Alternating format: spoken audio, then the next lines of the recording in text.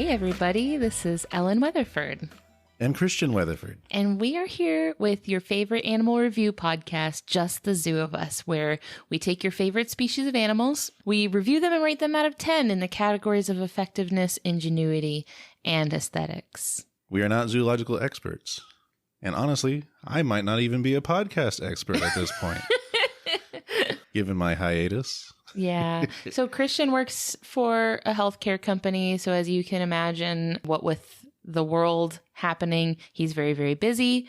And so we've been doing a lot of like guest episodes and stuff. So that's why you haven't been hearing the dulcet tones of Christian's voice as much recently, but he's back. Definitely not replaced by a clone. Oh no. Are you a synth? There's only one way to find out. Is it a belly button related thing? No. This is a trap. It's I know far worse. This is about animals, right? Yeah. Last episode, Christian went first. And so this time I'm going to go first. This week, I am talking about, just in time for Invertifest, which is a fun little social media event, which is celebrating invertebrates. Oh. Yeah, that's going on like right now as we're recording this, but it will be over by the time this episode goes up. But oh well, it's never too late to celebrate invertebrates. This week, I'm talking about the southern flannel moth. Nice. Mm-hmm. The scientific name is megalopyge, maybe megalopyge, something like that, opercularis. And this species was submitted originally by Kathy Brooks. Oh, mi madre. Yeah, that's Christian's mom. Hi.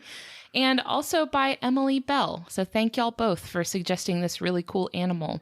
And I'm getting all of my information on this animal from University of Florida's Entomology and Nematology department. They had some really, really good fact sheets on this. It's a handy group. Yeah. So this moth is not a super big moth. They're only 1 to 1.5 inches long. For metric listeners, that's 2.5 to 3.5 centimeters. And the only other moth we've talked about the show is the Luna moth, which is huge. This is a little guy. If you look at your hand, it's about the length from like the end of your fingertip to like the first like segment of your finger. You know what I'm talking about? Like the first knuckle. Yeah. Is that a knuckle? Do you call this a knuckle? Joint, I guess. thought the knuckles were just like what connects your finger to your hand. I don't know. So now I'll be more generic to the first joint in the finger. There you go. Yeah, the first joint in the finger. But the females are larger than males. So just a tiny bit because they're not very big anyway. Okay. But you can tell them apart because males have much bushier antennae. So if you've seen like moth antenna, you know how they kind of look like feathery? Mm-hmm. So on males, that is very big and pronounced and bushy. But in females, like you can barely see it. They almost look like just strands. Huh. Yeah. So you will find them throughout the eastern United States, but they're most common in Texas, where they're also known as an asp, a Texas asp. That's interesting. I know. I thought that was a term for a snake. It is a type of snake. Huh. But so there's a reason that they call them this. Okay. That I'll get into in just a second. So the taxonomic family they belong to is Megalopygidae or Pygidae. I haven't settled on which way that's pronounced. And this is a whole family of flannel moths. So there are 11 species of flannel moths just in North America, and then there are a bunch of other species throughout Central and South America. So all throughout the Americas, you'll find types of flannel moths. But this is just one that I'm focusing on for right now. Okay. It's very important. So I will get started with our first rating, which is effectiveness. And if this is your first time joining us, we define effectiveness as physical adaptations and attributes that let an animal do a good job of the things it's trying to do. Okay, so I give the southern flannel moth an 8 out of 10. Okay. And the reason for this actually doesn't have to do at all with the moth part of the moth. So, okay. You know how, like, with moths and butterflies, their life cycle is very defined. They are a caterpillar, then a cocoon, then a moth. The moth part is negligible. It is like, it's one of those things where they're a moth for like a blip in their life where they're just trying to reproduce.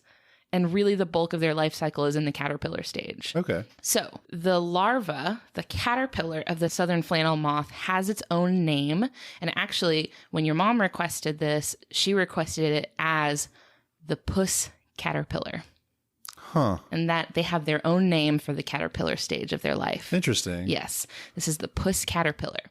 So when they hatch from an egg, the larva is like a yellowish green color. It's kind of like highlighter yellow. And it's covered in these long, thin spines that are surrounded by what's called setae. Okay. Which are hollow structures that are similar to hair. But it's not made out of the same thing as hair. So hair that you would see on mammals is made out of keratin. And this is actually made out of chitin that grows from an insect. Okay.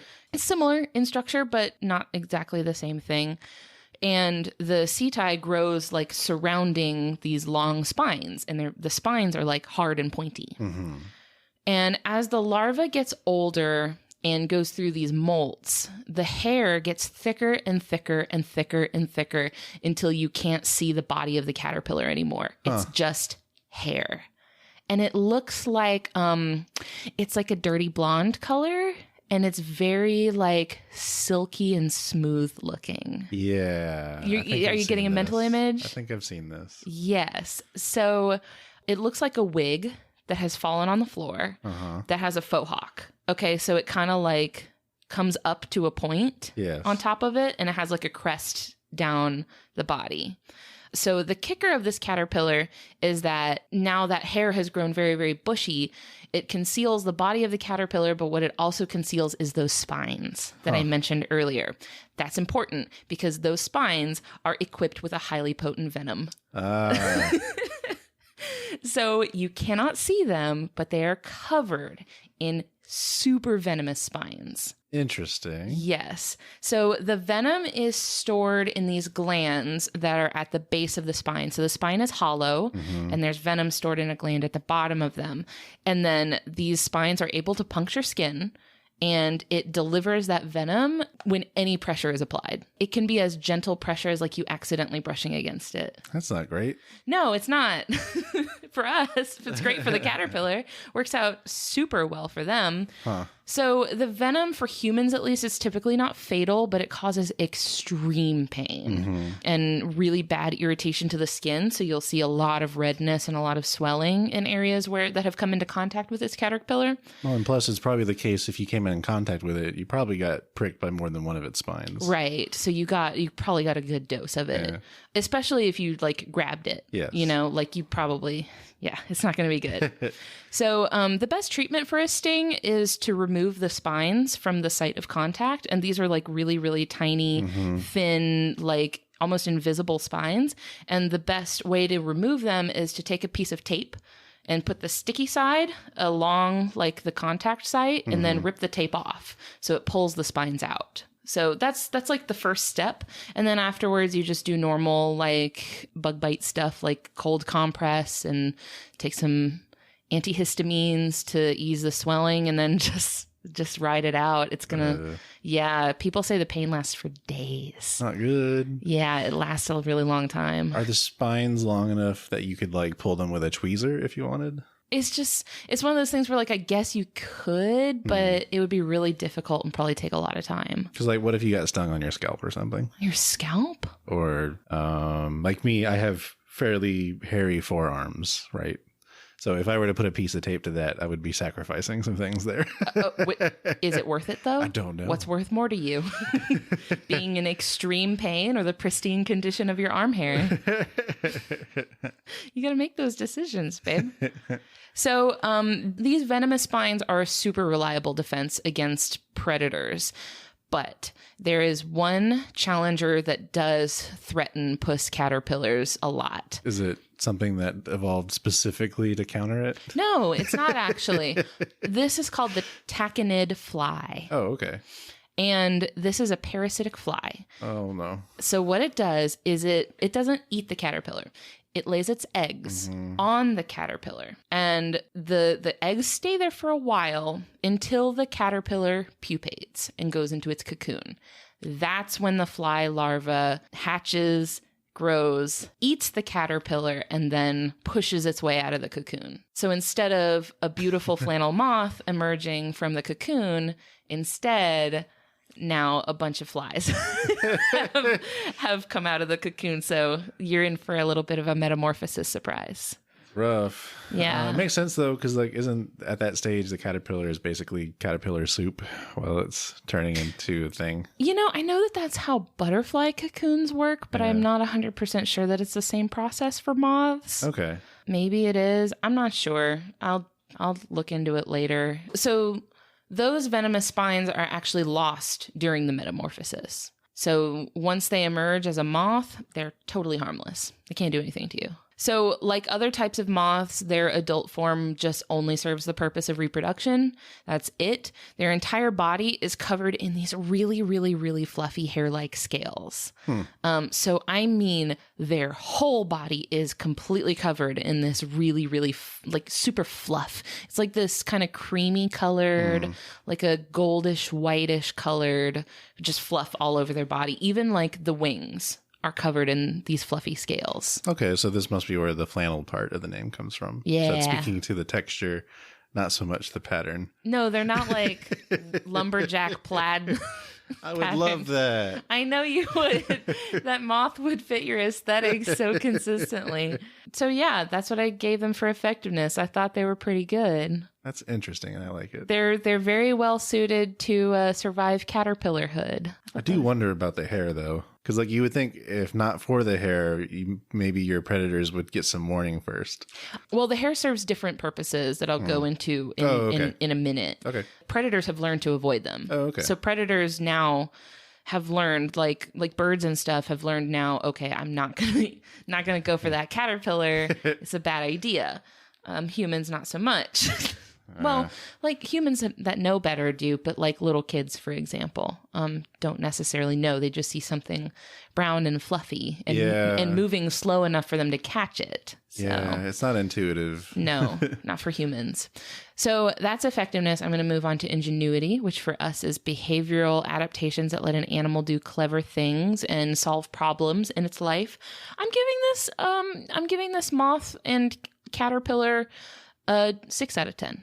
For ingenuity. Okay. It's pretty good actually for a bug, I think. Yeah. I think we usually give like insects and stuff a little bit of a lower rating because their behaviors are pretty straightforward and pretty cut and dry. This one has some really interesting ones though. So I thought that the way that they construct their cocoon is really interesting. So they spin silk that they use to like form the basic kind of skeletal framework of the cocoon. This is common. This is how a lot of moths do it. They make this kind of silky stuff and they just kind of like wrap it around themselves to make the base of the cocoon. But then once that's done, they actually remove the hair from their own body and pack it on top of the silk. And they layer it down on top of the silk. And they layer it on the bottom of the silk too. So in the interior of the cocoon, they like line it with the hair off of their body. Interesting. Yeah. So it kind of like insulates it on the inside and then it hardens on the outside to make like a protective sort of like shell. When they're done with it, what you end up with is this pocket constructed out of their own hair. Okay. Yeah, I thought that was really weird and kind of neat. At least they don't also use their spines. Yeah. They still need those. Could you imagine just like, look at this empty cocoon. It's all hairy. Ow. Oh, no. Got me again. Well, sometimes you got to defend yourself somehow. So also after each molt, the caterpillar eats what it leaves behind when it molts rather than just like leaving behind what it has shed. It eats that. Okay. So this is thought to help them prevent potential parasites from detecting them because the parasites can actually pick up chemical cues from their leftovers and find them that way. Okay. Yeah. Interesting. Parasites like flies and what I was talking about. Oh, okay. I was thinking more microbial, that type of thing. No, these are like parasitic insects that can use their chemical trail to find them. So they're kind of hiding their own evidence with that. And there's another thing that they do to avoid detection that I think is really funny. Oh boy. Rather than just dropping poop where it falls. You know how most bugs, when they poop, the poop just lands wherever their butt is in that moment. And that's the end of the story for the poop. I haven't taken the time to consider this. That's not how it works for this caterpillar. They shoot their poop like a projectile. Mm-hmm. And it can get some real distance. There is a good video by like the University of Florida. Like the University of Florida took this video of this caterpillar pooping, and it gets some air. It's like a whole body's length of the caterpillar, and it shoots it, and it like arcs through the air. So it's like pew, like a little poop cannon that it shoots.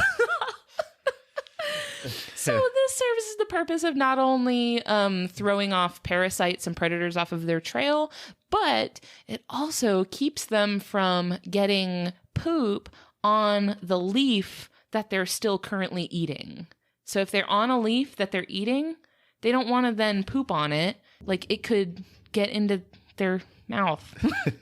There's a saying, the safer work version being, don't defecate where you eat. Yeah, yes. That's exactly what they're doing. They're literally doing that. So they fire their poop like a little rocket. Yes. I wasn't expecting that. It was a very fun little surprise for me. Do they weaponize it? I only hope so. Oh, yeah, they didn't have enough weapons in their arsenal. We have the short range, but what about the long range? See, you need a melee option, and then you need a ranged option. It's a balanced build. So that brings me to the final category, which is aesthetics. I broke this up into the two different, the caterpillar and the moth. So I give the caterpillar a 5 out of 10 for aesthetics. Because you can't see their face or anything like that. It's literally just a clump of hair. Yeah. That's it. I mean, I guess a lot of people think that's cute.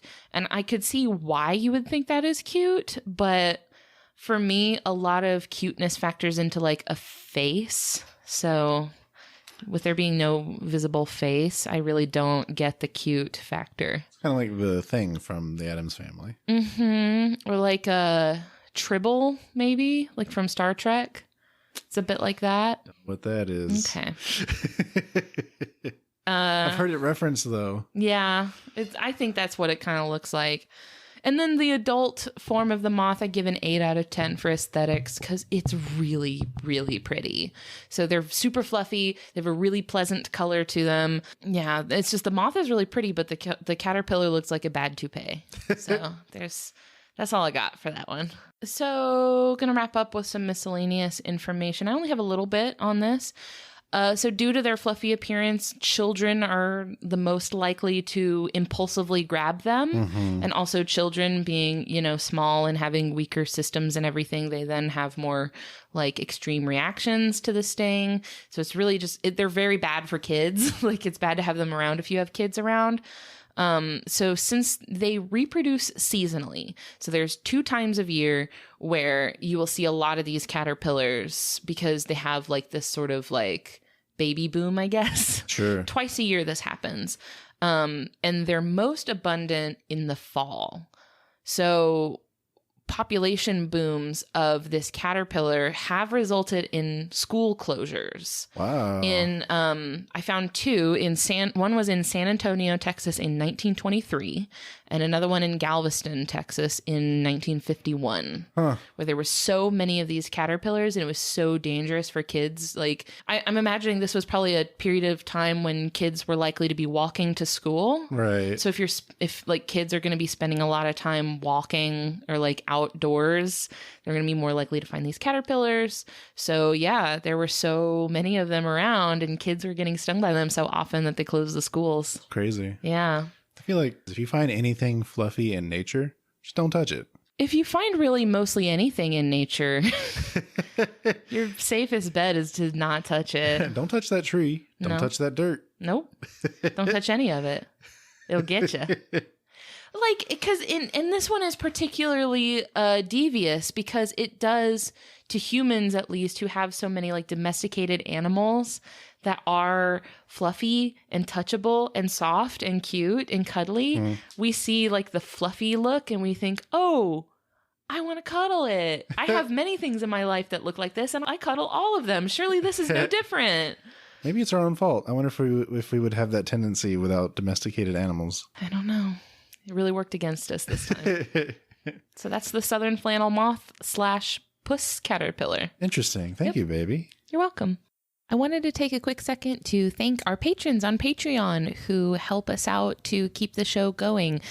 Thank you to Christina Sanders, Brianna Feinberg, The Jungle Gym Queen, Jacob Jones, Paul Chomo, Ashley Tucker, Vikram Balika, Megan Clark, April Kamek, and Brandon Everfolly. Thanks, y'all. Well, it's your turn. All right, here I go. Let me hear it. My species for this week is the chambered nautilus. Woohoo! Scientific name, Nautilus pompilius. This species was chosen by Facebook poll. Oh, so by the way, since I haven't mentioned this in a while, we do, whenever we're doing non-guest episodes, so episodes with me and Christian, for one of the species, they're chosen by social media poll, and those polls are up on Twitter, in our Facebook group, and I also figured out how to get them on Instagram. Oh, wow. Yeah, so follow us on Instagram, and we put the poll in our story when they go up. So I'm not sure how it did across the other ones, but I know on Facebook it was a fairly large lead. On Twitter as well, it was a bloodbath. Yeah. All right. So yeah, that came from a Facebook poll, but also previously was requested by Kristen Bailey, who requested the Nautilus in general. I'm getting my information from NOAA's website, fisheries.noaa.gov, and Animal Diversity Web at animaldiversity.org, and lastly, the Aquarium of the Pacific, aquariumofpacific.org. So, the Nautilus. Yes. It is a cephalopod, not unlike octopus and squid and the cuttlefish. So it is not a snail. It is not a snail. Okay. So let's talk about what it looks like. I think this is a pretty common one to have seen a picture of, at least. Not so much in real life, though.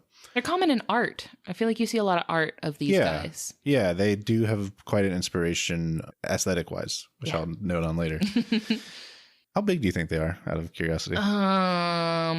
Dinner plate size. Okay. Like, I am imagining that the shell part of it is about the size of a dinner plate. Okay. That's my thought. Gotcha. I think I would have guessed something similar. Mm-hmm. They're not actually that big. Really? So their shells in the adults grow to be 20 to 25 centimeters in diameter, or 8 to 10 inches. Okay. Well, I mean, that's about close to... That's smaller than a dinner plate. Is it? I'm How big pretty is a dinner plate? Bigger, I think. And they can weigh over 2 pounds or 900 grams. That's not that big. Yeah, That's not that heavy. They're not too big. They're found in the tropical Western Pacific. So we would have not seen one in our neck of the woods, so to say.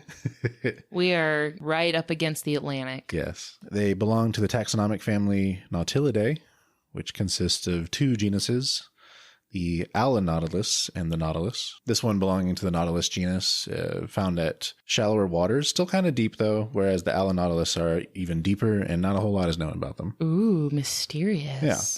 Now what they look like, they have a spiral shell with several tentacles coming out the front, as well as their eyes, and also a hood that can cover the opening in the shell. It's a little bit difficult to describe its positioning. I would suggest a picture. I guess you will see one when you look at this podcast episode.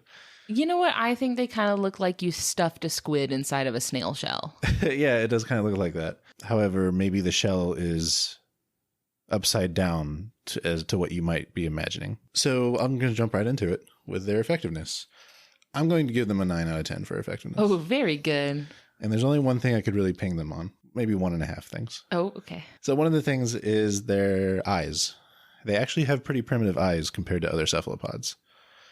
So we talked about how the cuttlefish has very interesting eyesight, and most squid and octopi, many octopuses. No, you got it. You got it. How other cephalopods have better eyes. These have pinhole eyes. Pinhole eyes. Yeah. Is this like a pinhole camera? Yes. Or that experiment where where you're in a tent and it's dark and you poke a hole in the side of the tent and you can see like an image reflected on the other side of the tent. You know, that kind of thing. So this kind of eye lacks lenses or a cornea. Oh, dear. So that probably forms blurry images at best. So it causes the Nautilus to depend more on its sense of smell to find prey. Interesting. Not great eyesight. You said they live in kind of like mid-range to deep water. Yep. I imagine the deeper they are, the less they're going to rely on eyesight. It's true, but they do. So they're nocturnal, first of all. Okay, well, there you go. And they tend to come up closer to the surface at night to feed. So they're a little bit light sensitive.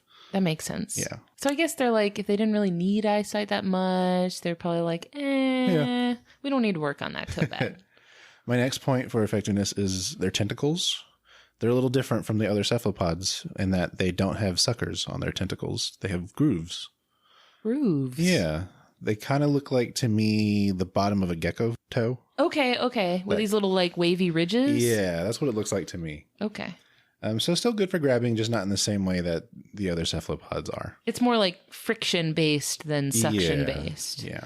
The next thing that I find the most interesting about them is their shell, specifically the formation and shape. Yeah. The body of the Nautilus resides in the newest, largest section of the shell. So it's not the case that the whole shell is hollow and it resides in that whole space. There's chambers. And only the newest chamber is accessible to the body. So that's because as the Nautilus gets older, it's closing the space behind it as it's growing bigger and moving forward into the new parts of the shell. Oh, okay. So it's creating new chambers in the shell as it gets bigger. Huh. Yeah. Okay, so I'm imagining like I've seen kind of like cross sections of the shell and it has these divisions. Yeah. So those are the chambers. Oh, so that happens as it's growing. Yep. Okay. And the body itself resides in the last newest area. Whatever that is. Yep. Okay. Yep. Do they like grow continually over the course of their life? Or I mean, there's a cap, of course, but yeah. So yeah, that's what it looks like. A lot of the times you will see cross-section pictures of their shell. I think it's used as an example of the Fibonacci sequence, I believe. Sure. But it's very aesthetically pleasing. It's beautiful. Now, those chambers also have a purpose. The chambers have an argon-nitrogen gas mixture and a liquid saline solution. And then those chambers are connected by a tube called a siphuncle. And that gives the Nautilus the ability to change the ratio of liquid to gas, letting it control its buoyancy. Okay, so this is how it's going up and down. Yes. So it can do this at will. It can make itself neutrally buoyant or positive or negative. So go up, down, or just stay put. Huh. Yeah. So this is actually very similar to how submarines work. Okay. I'm seeing it. Yeah. So I thought that was really interesting. That's very advanced engineering. And the inside of their shells are lined with what you would call mother of pearl. Oh, very cool. Yeah, so it's that shiny, silvery stuff that will sometimes see on oyster shells and clams and stuff. Nice. The next thing I'd like to talk about is their leathery hood. So this sits on top of their tentacles and eyes so that it can pull its entire body into the shell. And then that hood, it kind of like seals it all up. Oh, like how a snail can like retract into their shell. Right, but the snail doesn't really have anything that closes up the shell for them. Yeah. Their form of locomotion is jet propulsion, like other cephalopods. So they can suck in water and shoot it back out. So that gives them vertical movement, if you were to look at the axis in the ocean that way. So they have the buoyancy for up and down and then the propulsion for side to side, basically. Mm-hmm. And finally, their lifespan and reproduction is a little odd, especially for cephalopods. Ooh. So they're very long-lived compared to other cephalopods. I like it. They can live for 15 to 20 years. That's quite a bit. Most of them are like pushing a couple years, right? But here's the problematic thing. They aren't sexually mature until they're 10 to 15 years old. Goodness. They're taking their time. And their eggs take 9 to 12 months to incubate after they lay them. So I'm going to come back to that later because that has implications. Okay. Next, I'll move on to ingenuity. I didn't have a whole lot to go on here. Sure. I just gave them a 6 out of 10. They're good at floating. I put nocturnal here as a point of ingenuity. That probably helps in some way for... helps them make up for their horrible, horrible eyesight. And I'm kind of giving them the benefit of the doubt since I know other cephalopods are generally fairly intelligent.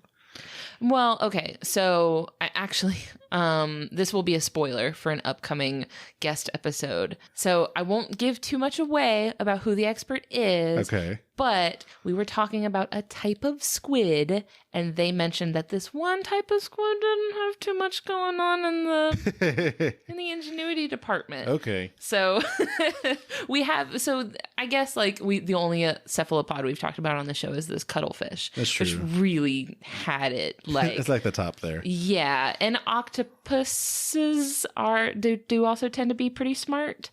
Yeah, but I don't know if that like reaches all the way across the whole cephalopod group. I don't know. I'm just giving it a 6 out of 10. That's fine. That's fine. With a lack of anything else there. And then finally, aesthetics. I'm giving an 8 out of 10 for aesthetics. They're beautiful. I find them very interesting to look at. So I didn't really talk about the coloration, but the colors are primarily white and then also a secondary color that ranges from brown to orange. I've seen it be like bright red too. Oh, really? Yeah, it could be like a blood red almost. Yeah. So cool. It has like a stripy pattern type thing. Mm-hmm, they're like tiger stripes. A little bit, yeah. They're like reversed tiger stripes. That's true. And then their hood also has the coloration of the brown orangish color too. Mm-hmm. The other things I want to talk about aesthetics. I thought their tentacles are cute. They're not long and gangly like you see in other cephalopods. They're just short and there's a lot of them. And I feel like their overall design is pretty unique. Like there's nothing else out there that really looks like them. Like you wouldn't ever mistake this for something else, I think. Right. Yeah. I know there's other types of Nautilus. Yeah, there's other types of Nautilus. Nope, not going to try it. Not alive? I don't know. There are other ones out there, yes. But I mean, as far as Nautilus goes, they're so unique, you wouldn't mistake them for anything else. True. It's iconic. Yeah. It's a good design. And you know what? I like their eyes too, because they have kind of like those, don't they? Don't they have like cute round eyes? So these are the pinhole eyes. So what you're thinking of, it's mostly not an eye. It's like a stalk with like a little hole in the center of it. Really? Yeah. That's very weird. Yeah. That's strange. Huh. How bizarre. Yeah. Miscellaneous info. Talk about their conservation status. So surprisingly, there's no IUC enlisting for these guys. We see that a lot with like deep sea animals. Sure. Though. However, at the Convention on International Trade in Endangered Species of Wild Fauna and Flora, or CITES, held in Johannesburg, South Africa in September of 2016, the entire family of chambered nautiluses, the Nautilidae, were listed in Appendix 2 of the treaty. And Appendix 2 includes species that, although currently not threatened with extinction, may become so without trade controls. It's an agreement to the countries that are in that treaty to say, we are going to limit the trade and capture of these animals. Mm-hmm. And that's because they're threatened by overfishing for their shells. So their shells are a collector's item just for aesthetics purposes. They're not really caught for food. This is another one of those animals where like their beauty really ends up kind of being their downfall. Yeah. So that's such a big problem combined with habitat destruction because of their slow reproduction rates. Because since they're not sexually mature until later in life, there's a good possibility that they won't even reach being sexually mature. Sure. For various reasons. Other things in that appendix are manta rays and sharks. Yeah. Interesting. And surprisingly, there's quite a few popular references to the Nautilus in general. So the first nuclear-powered submarine in the world that launched in 1954, the USS Nautilus, was named after it. So I mentioned there's some parallels between the Nautilus and how submarines work and how they control their buoyancy. There's a lot of like engineering things that are inspired by sure. what happens in nature. So I wonder if this was an example of that. Mm-hmm. There's currently a submarine called the Nautilus, right?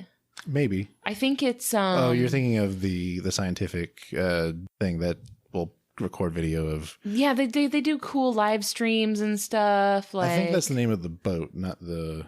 Oh, is it? I don't remember. I know that they do a lot of really cool... Sometimes they'll stream the videos that they're taking. Right. Where they're doing like deep sea exploration. And you'll see all sorts of really cool stuff. I think they had one really funny one where they saw like a gulper eel and they were like losing their minds over it.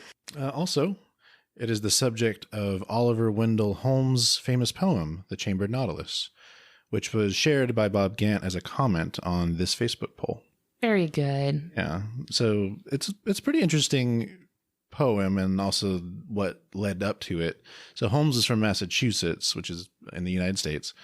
And he wrote that poem in 1858, or 3 years before the beginning of the U.S. Civil War. Wow. So there was a lot of tension going on in the country at the time.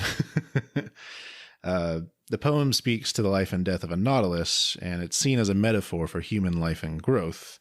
and I will recite the third stanza of 5. Year after year beheld the silent toil that spread his lustrous coil. Still, as the spiral grew, he left the past year's dwelling for the new, stole with soft step its shining archway through, built up its idle door, stretched in his last found home, and knew the old no more. So what that's talking about is how it's growing those chambers and growing, like moving into the bigger chamber and sealing off the back one. Interesting. So the metaphor there is to grow, you have to sometimes seal yourself off from your past. Oh, man. I hadn't thought of that when you were talking about how they like develop, but yes, that's really interesting. That's a very poetic concept. Yeah. And I encourage anyone who's interested to go check out the full poem. That's very nice. Yeah. I like that. Yeah. Thanks, Bob, for that. I saw that you commented that, and I also found it referenced in some of the sources I was looking at. So I figured it was worth mentioning. I feel like the Nautilus is an animal that I see very frequently in paintings and sculpture work and architecture and stuff, like maybe just because of that sort of like golden ratio of the spiral to their shell. Like that's such a pleasing pattern to humans that like that's something that we emulate in our art a lot. Yeah. I think I've even seen someone build a Nautilus out of chocolate. Yes, I remember this. I remember watching this. It was very good too. It was really cool because didn't they use like white chocolate to get like the white part of the shell? I don't recall. Yeah. But I remember it being very, very interesting and pretty spot on. Although I think they made it bigger than they actually are. So. Probably. Yeah, because like I'm remembering the video as the sculpture being like enormous. Yeah, it was pretty large. Maybe that's why I thought the Nautilus was bigger than it was. Mm-hmm. Maybe because like when you see it depicted without any sort of context, that the scale you might imagine is different. Yeah, so I'm noticing that's a theme with a lot of underwater creatures where you see pictures of them without something else in the frame to scale them against. Because there is nothing else for like 20 miles. Unless it's next to another animal that you happen to be very familiar with. Yeah, that's true. But like the chances of an animal being next to another animal in the deep sea are very low. Right. So that's actually why I suggested the barrel eye be added to the poll as well, because I recently discovered the barrel eye is not as big as I thought it was, thanks to Animal Crossing. I don't know how big I thought they were. I guess I imagined they were about football size. I thought they were like, I don't know, a meter long or something. Wow. That's very big. But no, they're teeny. I feel like in the deep sea, there's like things are either microscopically small or like ungodly huge. They're either like plankton or massive behemoths that live for 6,000 years. Yeah, totally. So that's the chambered Nautilus. Very good. I bet it shares an etymological root with the word nautical. Yes, most likely. Yeah. Beautiful. That's very good. Thank you, honey. I really enjoyed that. Thank you. Well, that is all we've got for this week. So thank you to everybody who has spent this time with us. We really appreciate y'all. You can come hang out with us in the virtual space where we've been doing 100% of our hanging out over the last few weeks, just in case you haven't gotten enough of hanging out virtually.